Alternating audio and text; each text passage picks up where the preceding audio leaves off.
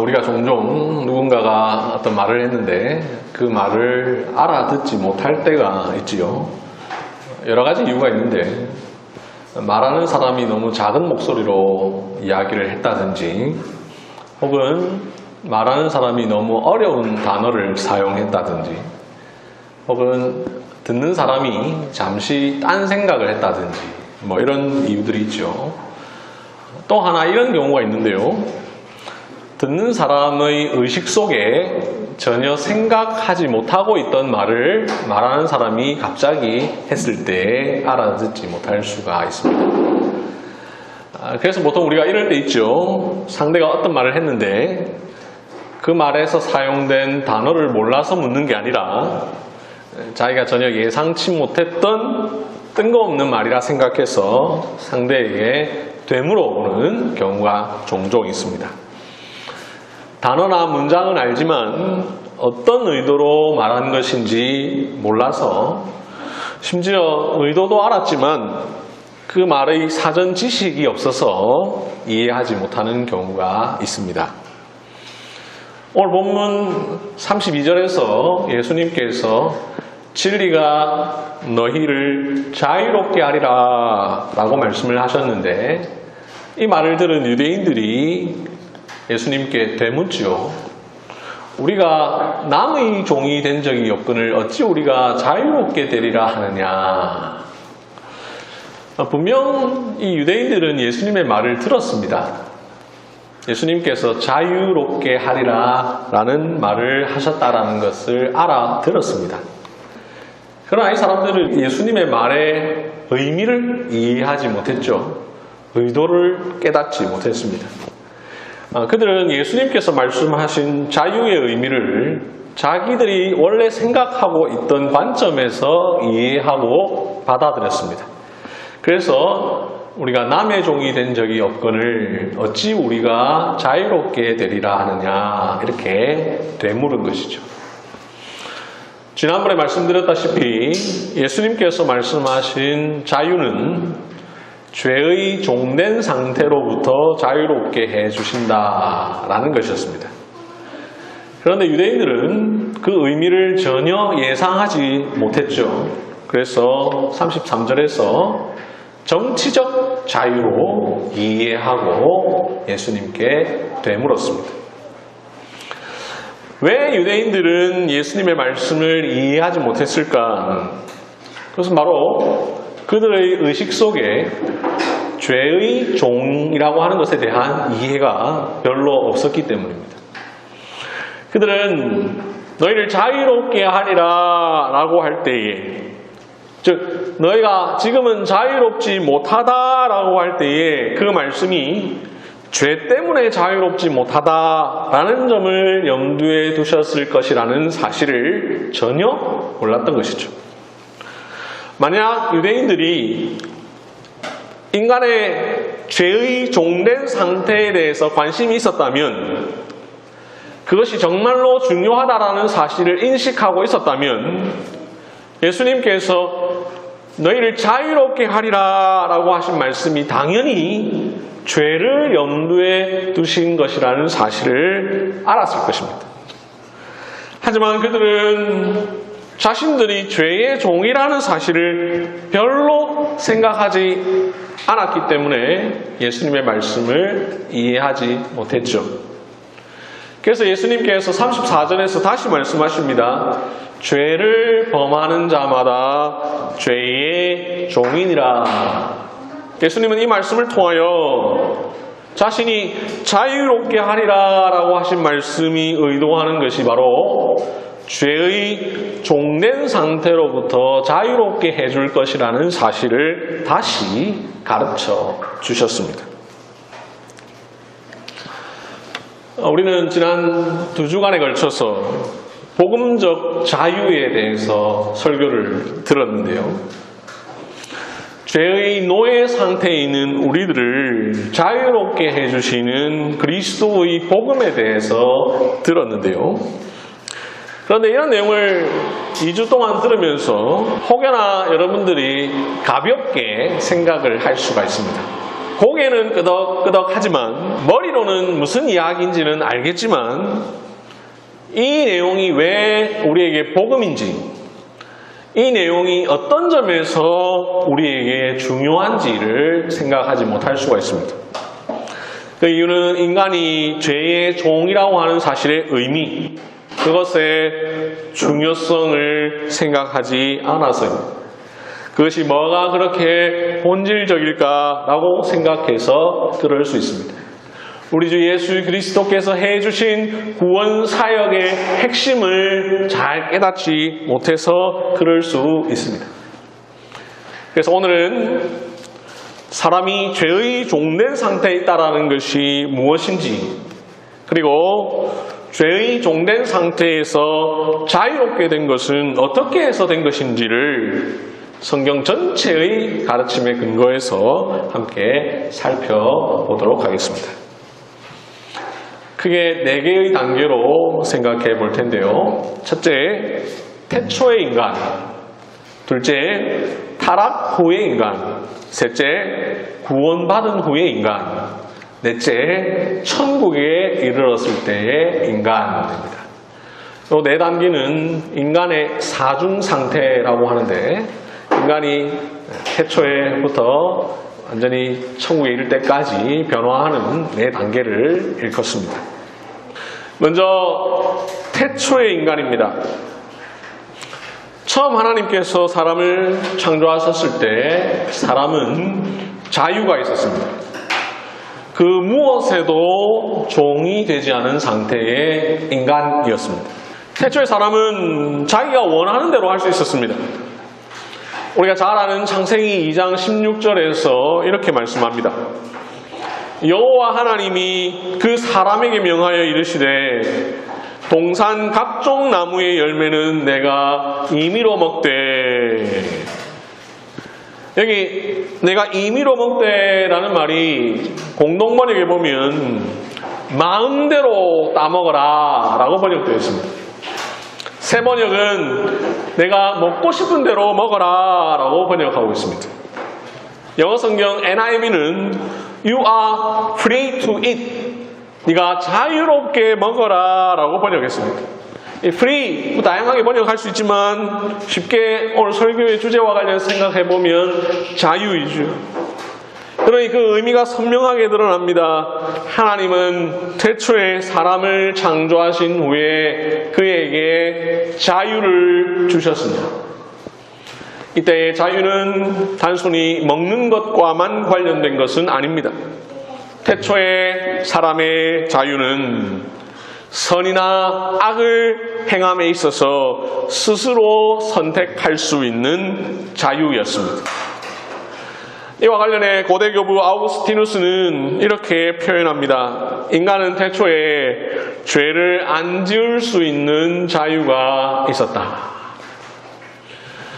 이런 성경의 가르침과 교회 역사의 가르침에 근거하여 웨스트민스터 신앙고백서 9장은 자유의지에 관하여 다루면서 1절과 2절에서 이렇게 가르치고 있습니다. 1절, 하나님께서는 사람의 의지에 본성적인 자유를 주셨는데, 대체 하나님이 사람에게 자유를 주셨습니다. 이 자유는 선이나 악을 행하도록 강제당하거나, 즉 선을 행할 수밖에 없고 악을 행할 수밖에 없고, 이게 아니라 선을 행할 수도 있고 악을 행할 수도 있고 자기 마음대로 할 수 있는 상태였다라는 것입니다. 2절, 사람은 무죄 상태에서는, 즉 하나님이 처음 창조하셨을 때 타락하기 전에는 선하고 하나님을 기쁘시게 하는 것을 원하고 행할 수 있는 자유를 가지고 있었다라고 이야기를 합니다. 이렇게 태초의 사람, 타락하기 이전 무죄 상태의 사람은 자유를 갖고 있었습니다. 그 무엇의 노예도 아닌 상태, 죄로부터 자유롭게 될 필요가 없는 상태, 원래 이미 죄로부터 자유로운 상태에 있었습니다. 그런데 이 자유는 자유이긴 하지만 완벽한 자유는 아니었습니다. 왜냐하면 태초에 사람은 죄를 안 지을 수 있는 자유만 아니라 죄를 지을 수 있는 자유도 함께 갖고 있었기 때문입니다. 그렇다고 자유가 아닌 것은 아니었습니다. 그는 분명 자유를 갖고 있었습니다. 상대적으로 비교했을 때에 그렇지 않았다라는 것이죠. 둘째, 타락 후의 사람입니다. 이렇게 자유를 갖고 있었던 사람, 죄를 안 지을 수 있는 자유와 죄를 지을 수 있는 자유를 모두 갖고 있었던 첫 조상 아담은 자신이 갖고 있는 죄를 안 지을 수 있는 자유보다는 죄를 지을 수 있는 자유를 사용해 버렸습니다. 동산 각종 나무의 열매는 내가 임의로 먹되 라는 말씀을 지키는데 자신의 자유를 사용하기보다는 선악을 알게 하는 나무의 열매는 먹지 말라는 말씀을 어기는데 자신의 자유를 사용했습니다. 자유를 남용한 것이죠. 이렇게 사용한 자유는 그에게 자유를 주지 않았습니다. 아니, 오히려 그의 자유를 빼앗아갔습니다. 그리고 그를 종으로 만들었습니다.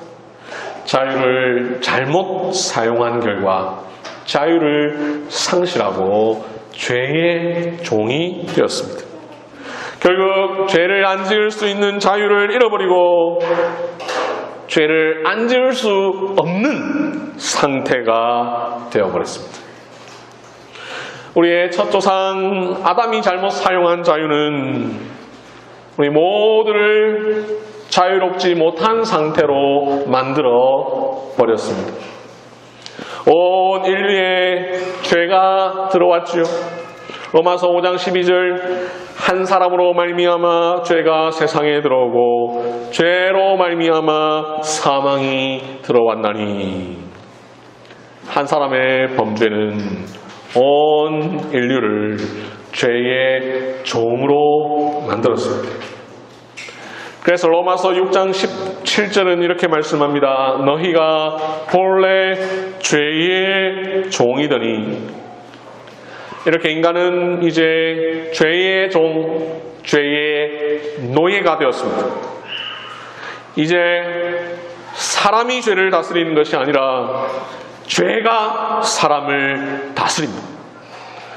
죄의 종이 되었기에 우리는 죄를 짓습니다. 죄를 짓기에 죄인이 아니라 죄인이 이에 죄를 짓습니다. 내가 주인이 아니라 죄가 주인입니다. 나는 죄의 종이 되었습니다. 죄의 종이 된 인간은 전적 타락의 상태에 이르렀습니다. 죄는 사람의 전 존재에 영향을 끼쳤습니다. 사람의 생각과 말과 행동과 마음에까지 스며들었습니다. 사람의 본성의 모든 부분 곧 영혼과 육체의 모든 영역에까지 스며들었습니다. 전적으로 부패하여 선은 조금도 행할 수 없고 온갖 악만 행하는 성향을 갖게 되었습니다. 죄의 노예가 되었기에 우리 속에서 끊임없이 죄가 쏟아져 나옵니다. 마치 샘에서 물이 끊임없이 솟구쳐 나오는 것처럼 우리 속에서 죄가 흘러나옵니다. 물 가지고 씻어도 불 가지고 태워도 없어지지 않습니다. 말장난 같지만 타락한 인간은 자유가 없지만 한편으로 여전히 자유가 있습니다. 그런데 이제 그 자유는 안타깝게도 죄를 안 지을 수 있는 자유가 아닙니다. 이제 인간은 죄를 짓는 일에서만 자유롭습니다. 인간은 이제 자발적으로 죄를 짓고 죄를 짓기로 자발적으로 선택합니다. 인간은 선택을 하지만 이제 웬만해서는 잘못된 선택을 합니다. 선과 악 중에 악을 택합니다. 인간은 자유롭게 택하지만 항상 하나님의 법에 굴복하지 않는 육신을 쫓는 삶을 택합니다. 이 일에서만 자유롭습니다. 그래서 사실은 자유가 아니죠. 오히려 인간은 이제 죄의 노예가 되었습니다. 이러한 상태에서 벗어나는 것은 사람의 노력으로 불가능합니다. 아무리 사람이 노력해도 죄라고 하는 주인에게서 벗어날 수 없습니다. 죄의 종, 죄의 노예가 되었기에 아무리 발버둥 쳐도 벗어날 수가 없습니다. 자신의 힘으로는 도저히 죄의 속박을 벗어날 수가 없습니다. 잠시 벗어난다 하더라도 다시 붙잡힙니다. 그러니 이러한 상태에 있는 인간에게 얼마나 자유가 절실합니까? 타락 이전과 같은 참된 자유가 얼마나 값지고 고귀합니까? 오늘 본문의 유대인들은 예수님께서 진리가 너희를 자유롭게 하리라 라고 하셨을 때에 바로 인간의 이러한 비참한 상태에 대해서 당장 떠올렸어야 합니다. 예수님께서 너희를 자유롭게 하리라 할 때 그 자유는 바로 죄의 종과 연결된다는 사실을 깨달았어야 합니다. 그러나 그들은 인간의 이러한 비참함에 대하여 전혀 인식하지 못하고 있었기 때문에 그것을 별로 중요하게 생각하지 않고 있었기 때문에 예수님께서 그것을 염두에 두고 말씀하셨을 것이다 라고 하는 사실은 아예 생각지도 못했습니다. 너희를 자유롭게 하리라는 말은 당연히 자기들이 생각하는 자유일 것이라고 생각을 했습니다. 그래서 말했습니다. 우리가 남의 종이 된 적이 없거늘 어찌하여 우리가 자유롭게 되리라 하느냐. 셋째, 구원받은 후의 인간입니다. 타락으로 인해 죄의 노예 상태에 있는 인간, 그렇다면 어떻게 하면 이 죄로부터 벗어날 수가 있습니까? 내가 스스로 할 수 있습니까? 내 손과 발에 묶여있는 착고를 내가 스스로 풀 수 없는 것처럼 죄의 노예 상태에서 내가 스스로 벗어날 수 없습니다. 죄의 종은 자기 힘으로 죄에서 벗어날 수 없고 누가 대신 풀어주어야 합니다. 그 누구는 바로 예수 그리스도이십니다. 요한복음 8장 32절은 말씀합니다. 진리가 너희를 자유롭게 하리라. 진리가 그 일을 할 수 있습니다. 이어서 36절이 말합니다. 아들이 너희를 자유롭게 하면 너희가 참으로 자유로우리라. 아들이 해 주실 수 있습니다. 내가 할 수 없고 어제 진리이시고 하나님의 아들이신 예수님이 저와 여러분을 죄의 종된 상태에서 자유롭게 해 주실 수 있습니다. 로마서 6장 6절은 이렇게 말씀합니다. 우리의 옛사람이 예수와 함께 십자가에 못 박힌 것은 죄의 몸이 죽어 다시는 우리가 죄에게 종노릇 하지 아니하려 함이니. 우리의 옛사람이 예수님과 함께 십자가에 못 박힌다라는 말은 우리가 예수님을 믿는다는 말이죠. 그것은 우리가 죄에게 종노릇 하지 아니하려 함이니 라고 이야기를 하고 있습니다. 예수 그리스도를 믿어 우리는 결국 더 이상 죄의 종노릇을 하지 않게 됩니다. 죄에서 자유를 얻게 하는 보혈의 능력, 이 찬송의 가사처럼 주 십자가에 달리사 날 자유하게 했으니, 이 찬송의 가사처럼 오직 예수 그리스도만이 우리를 죄의 속박으로부터 해방시켜 주심으로 우리에게 자유를 주실 수가 있습니다. 그래서 고린도후서 3장 17절은 이렇게 말씀합니다. 주는 영이시니 주의 영이 계신 곳에는 자유가 있느니라. 이렇게 인간은 오직 그리스도를 통해서만 타락때 잃어버린 자유를 회복할 수가 있습니다. 타락 이후 사람은 죄를 안 지을 수 없는 상태가 되었다고 했습니다. 그런데 구원받고 나면 아우구스티누스의 표현대로 죄를 안 지을 수 있는 상태가 됩니다. 구원받음으로 말미암아 이러한 상태가 된다는 사실은 성경과 교회 역사의 가르침에 근거하여서 웨스트민스터 신앙고백서 9장 4절이 잘 정리해 놓았습니다. 4절 보시면 하나님께서 죄인을 바꾸셔서 은혜의 상태로 옮기실 때 하나님은 그를 죄 아래에 있던 본성적 속박으로부터 자유케 하신다. 여기 속박이라고 번역된 영어 단어가 반디지인데요. 이 반디지라는 말을 영어 사전 찾아보면 속박이라는 뜻뿐만 아니라 노예의 신분이라는 뜻도 있죠. 지지난주에 제가 설교 중에 잠시 스쳐가면서 루터가 쓴 유명한 책 중에 노예 의지론이라는 책이 있다고 했는데 그 책이 영어로 번역하면 The Bondage of the Will입니다. 의지가 속박되었다. 의지가 노예다. 노예 의지론 혹은 의지의 속박 여러 가지로 번역할 수 있습니다.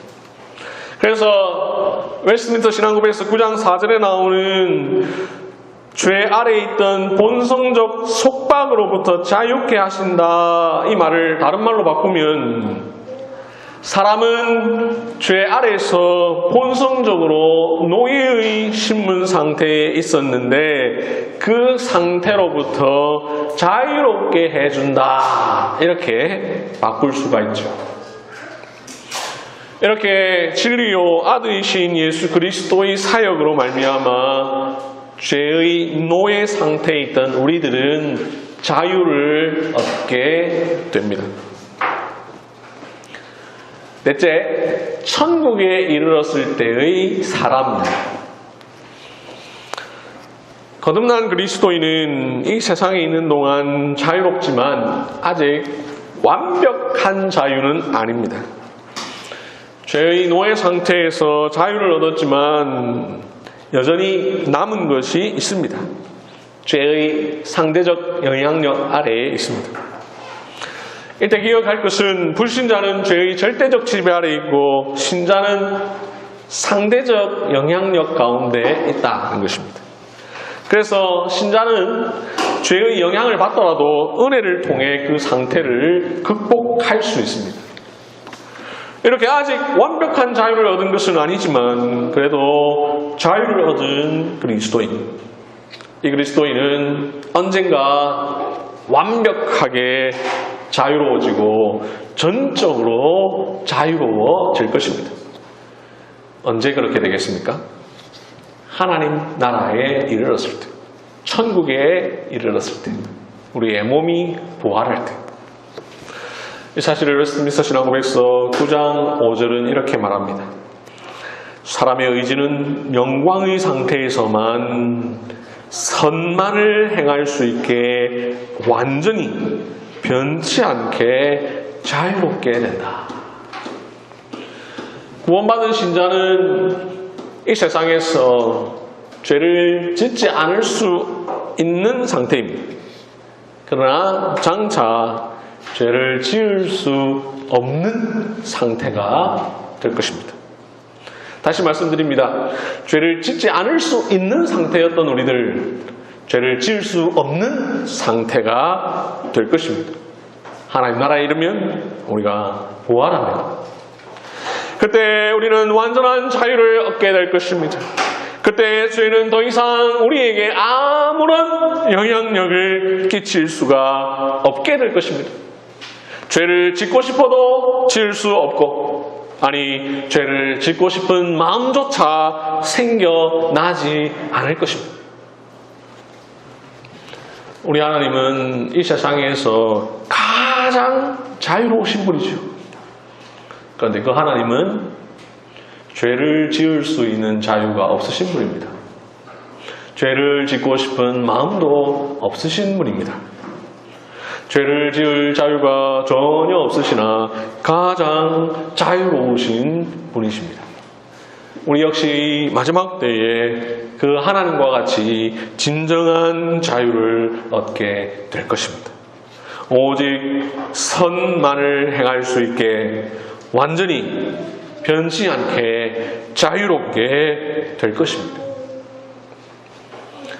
하나님은 장차 우리를 첫사람 아담보다 더 영광스럽게 만들어 주실 것입니다. 우리는 흔히 이렇게 오해할 때가 있습니다. 나중에 천국에 가면 아담과 같이 된다. 아닙니다. 아담보다 더 영광스럽게 될 것입니다.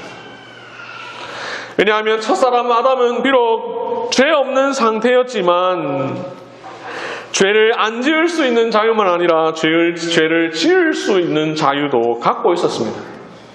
반면 마지막 때에 우리는 죄를 지을 자유도 없을 것입니다. 오직 죄를 지을 수 없는 자유만 갖게 될 것입니다. 이렇게 마지막 때에 하나님의 아들이 오실 때에 우리에게 완전한 자유를 주실 것입니다. 그래서 로마서 8장 19절 21절은 이렇게 말씀합니다.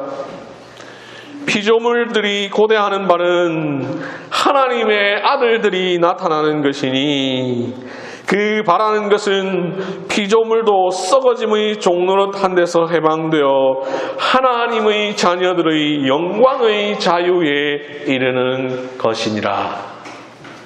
피조물들조차 하나님의 자녀들이 영광의 자유에 이를 것을 고대하고 있습니다.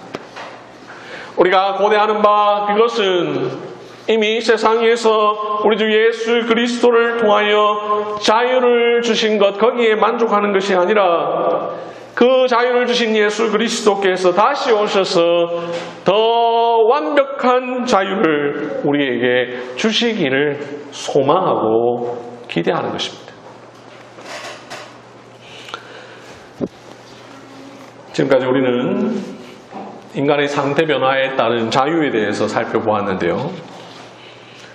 다시 간단하게만 정리해보면, 첫째, 태초의 사람은 죄를 안 지을 수 있는 자유를 갖고 있었습니다. 둘째, 타락 이후의 사람은 죄를 안 지을 수 없는 상태가 되어 죄의 노예가 되었습니다. 셋째, 구원받은 사람은 예수 그리스도를 통하여서 죄에서 자유를 얻었습니다. 그리하여 죄를 안 지을 수 있는 자유를 얻게 되었습니다. 이 상태는 일정 부분 죄의 노예 상태에서 자유롭게 된 것이지만 아직 완전한 것은 아니었습니다. 넷째, 천국에 이를 때의 사람은 죄를 전혀 안 짓는 완전한 자유 상태에 이르게 될 것입니다. 이런 첫째, 둘째, 셋째, 넷째 단계까지 이르게 되는 것이 바로 우리 성부, 성자, 성령, 삼위일체 하나님께서 저와 여러분에게 베풀어 주시는 구원의 은혜입니다. 오늘 본문의 유대인들이 이 사실을 잘 알았더라면 진리가 너희를 자유롭게 하리라 라는 말을 듣자마자 예수님께서 의도하신 자유가 바로 이러한 죄의 종된 상태로부터의 자유라는 사실을 알았을 것입니다. 그러나 그들은 예수께서 그런 의도로 말씀하셨을 것이라는 사실을 전혀 눈치채지 못했습니다. 그 이유는 제가 설교의 서론에서 말씀드린 대로 그들은 죄의 노예 상태에 있다는 것의 심각성을 이해하지 못하고 있었기 때문입니다.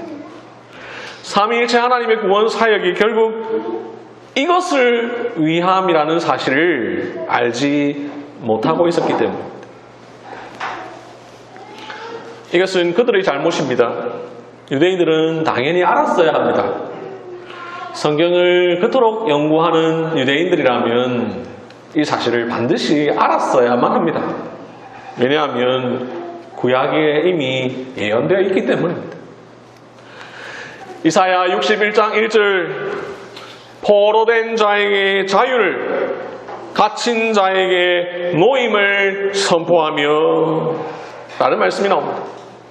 이 말씀은 분명 죄의 종된 자에게 메시아가 오셔서 허락해 주실 자유를 말씀하는 것이었습니다. 그래서 예수님께서는 누가복음 4장에서 회당에서 가르치실 때에 사람들이 이사야서를 주면서 설교하기를 요청하였을 때에 예수님은 이사야 61장 1절을 펴셔서 읽으셨습니다. 포로된 자에게 자유를, 눈먼 자에게 다시 보게 함을 전파하며 눌린 자를 자유롭게 하고. 이 말씀을 읽으신 후에 예수님은 이렇게 이야기하셨죠. 이 글이 오늘 너희 귀에 응하였느니라.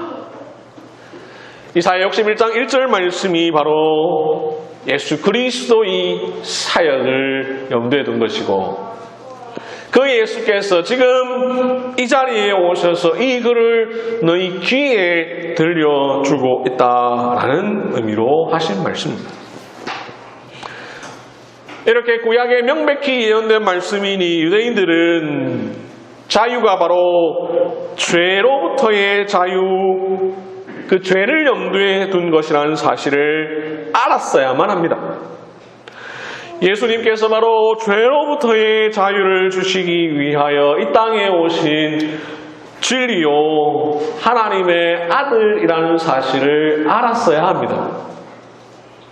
하지만 그들은 전혀 그것을 알지 못했습니다.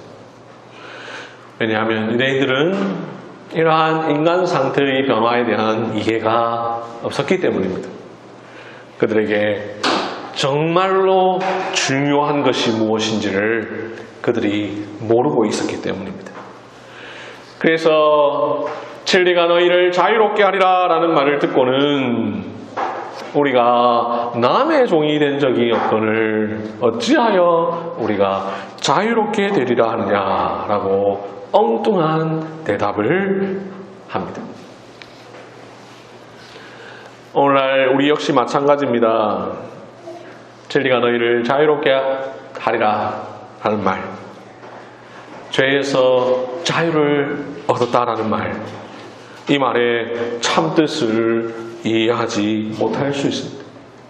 죄에서 자유를 얻게 하면 신나게 노래 부르면서 그 말이 대체 무슨 뜻인지를 모르고 가벼이 생각할 수 있습니다. 그저 음악에 취하여 분위기에 취하여 노래할 수가 있습니다.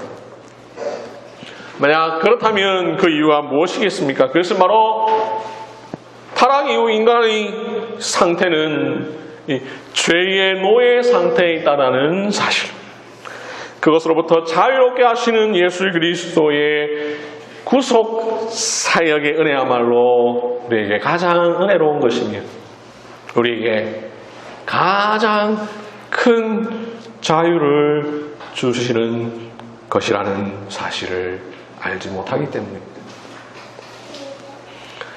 그러나 여러분 기억하십시오. 인간의 비참함은 바로 죄의 노예 상태에 있는 것, 여기에 있다라고 하는 사실. 죄는 인간을 비참하게 만드는 주 요인입니다. 죄는 사람과 하나님과의 관계를 파괴합니다. 죄는 우리를 사망에 이르게 만듭니다. 죄의 삭은 사망이요. 거듭나지 않은 사람은 자기 자신이 주인이 아니라 죄가 주인이고 자신은 죄의 종에 불과합니다. 거듭나지 않은 사람은 자신이 주인인 것 같지만 사실 그렇지 않습니다. 죄가 안방 아랫목을 차지하고 있습니다. 죄가 안방만인 노릇을 하고 있습니다. 그리하여 거듭나지 않은 사람은 죄의 노예가 되어 선도 행하고 악도 행하는 자유가 없고 오직 악만 행하는 성향을 갖고 있습니다. 죄로 인하여 사단의 종노릇을 하며 하나님과 단절된 상태에 있는 인간은 은혜와 진리 없이는 결코 하나님과의 관계도 회복될 수 없고 하나님이 주시는 복도 받을 수가 없습니다. 인간은 영적 노예 상태로부터 자유함을 받아야만 하는 존재요.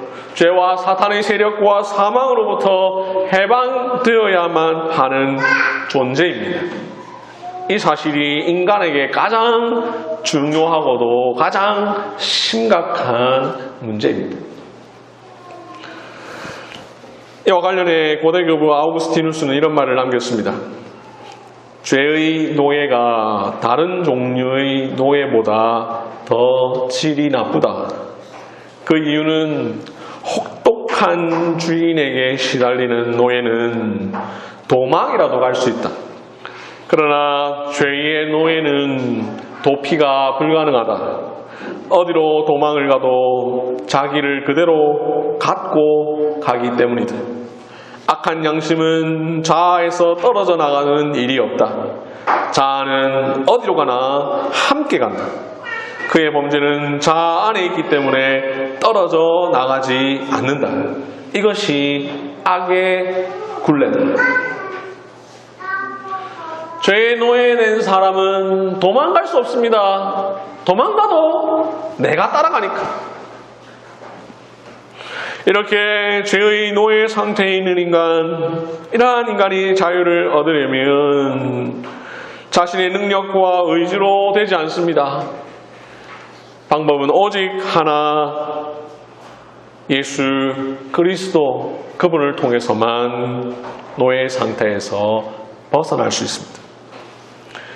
그렇다면 여러분, 예수님은 어떤 방식으로 저와 여러분을 죄의 노예 상태로부터 자유롭게 해 주십니까? 고대 사회에서 노예가 해방되는 방법은 돈을 주고 그 대가를 치르는 것입니다. 마찬가지로 하나님께서는 돈을 주고 우리를 죄라고 하는 자로부터 뺏어 오셔서 죄의 노예에서 우리를 자유롭게 해 주십니다. 예수님의 죽음을 우리가 속량이라고 하지요. 이 속량이라는 말이 국어사전에 보면 몸값을 받고 종을 놓아주어 양민이 되게 함이라는 뜻이 있습니다. 이것이 이 속량이라는 말의 기본적 의미인데, 이것이 기독교의 예수님의 죽음이라는 말에 사용되었죠. 초창기 우리 믿음의 선배들이 예수님의 구원 사역과 관련된 내용들을 번역할 때에 참 번역을 잘했습니다. 원래 한국에 있었던 말, 속량, 몸값을 주어서 종을 풀어주어서 양민, 즉 평범한 사람이 되도록 한다라고 하는 뜻의 이 속량이라는 말을 예수님의 죽음에 그대로 사용했습니다. 왜냐하면 예수님의 죽음은 우리를 죄의 노예 상태로부터 값주고 사시는 일이라고 할 수 있기 때문입니다. 예수님은 자신의 죽음을 우리가 죄의 노예로서 치러야 할 대가로 지불하셨습니다. 우리는 예수님의 몸값을 죄에게 건네주고 우리가 죄의 노예 상태로부터 해방되었습니다. 또 예수님의 구원 사역을 구속이라고 하지요. 안 믿는 사람들이 예수님이 우리를 구속하셨다 하면 무슨 말인가 이해하지 못하죠. 왜냐하면 세상 사람들이 생각할 때 구속은 흔히 이렇게 되는 게 구속이지 않습니까? 검찰이 우리의 몸을 구속하는 이 구속을 떠올립니다. 그런데 그 구속과 예수님의 구속은 한글은 같지만 한자가 전혀 다르지요. 몸을 얽매는 구속은 잡을 구자에 묶을 속자입니다. 예수님의 구속은 건질 구자에 받칠 속자입니다. 예수님의 구속, 이것은 앞서 말씀드린 속량과 마찬가지로 노예 제도를 배경으로 하고 있는 단어입니다. 고대 사회에서 노예는 속량을 통하여 자유를 얻을 수 있었는데 그 자유는 곧 구속함을 받는 것입니다. 우리는 죄의 노예 상태로 인하여 죄의 구속을 받고 있는 자들이었습니다. 그러나 예수 그리스도의 구속 사역으로 말미암아 구속 상태에서 해방되어 자유를 얻게 되었습니다. 이렇게 우리는 죄의 노예 상태로부터 자유함을 얻게 되었습니다. 하나님은 죄의 노예 상태에 있는 우리들의 몸값을 주고 종된 상태로부터 자유롭게 해주시려고 사랑하는 아들이시며 진리이신 예수 그리스도를 이 땅에 보내어 주셨습니다. 그리고 우리 대신 죄의 노예가 치루어야 할 몸값을 지불하게 하셨습니다. 십자가에 죽게 만드셨습니다. 예수님은 하나님의 뜻에 따라 이 세상에 오셨습니다. 죄의 노예된 우리를 위하여 오셨습니다. 그리하여 십자가에 달려 죽으심으로 자신의 몸을 내어 주셨으니 우리가 내어야 할 속전을 대신 내심으로 우리를 속량해 주셨습니다. 우리를 죄의 노예로부터 자유롭게 해 주셨습니다. 예수님은 자신의 구속 사역을 통하여 우리를 죄의 구속으로부터 자유롭게 해 주셨습니다. 말씀을 맺겠습니다. 사람이 무엇으로부터 자유롭게 되는 것이 가장 중요한가? 바로 죄로부터 자유롭게 되는 것이 가장 중요합니다. 죄에서 자유롭게 되는 것이야말로 사람에게 필요한 가장 위대한 자유입니다. 그리스도께서 주시는 자유가 가장 참된 자유입니다. 그래서 오늘 본문 요한복음 8장 36절은 이렇게 말씀합니다. 그러므로 아들이 너희를 자유롭게 하면 너희가 참으로 자유로우리라. 아멘.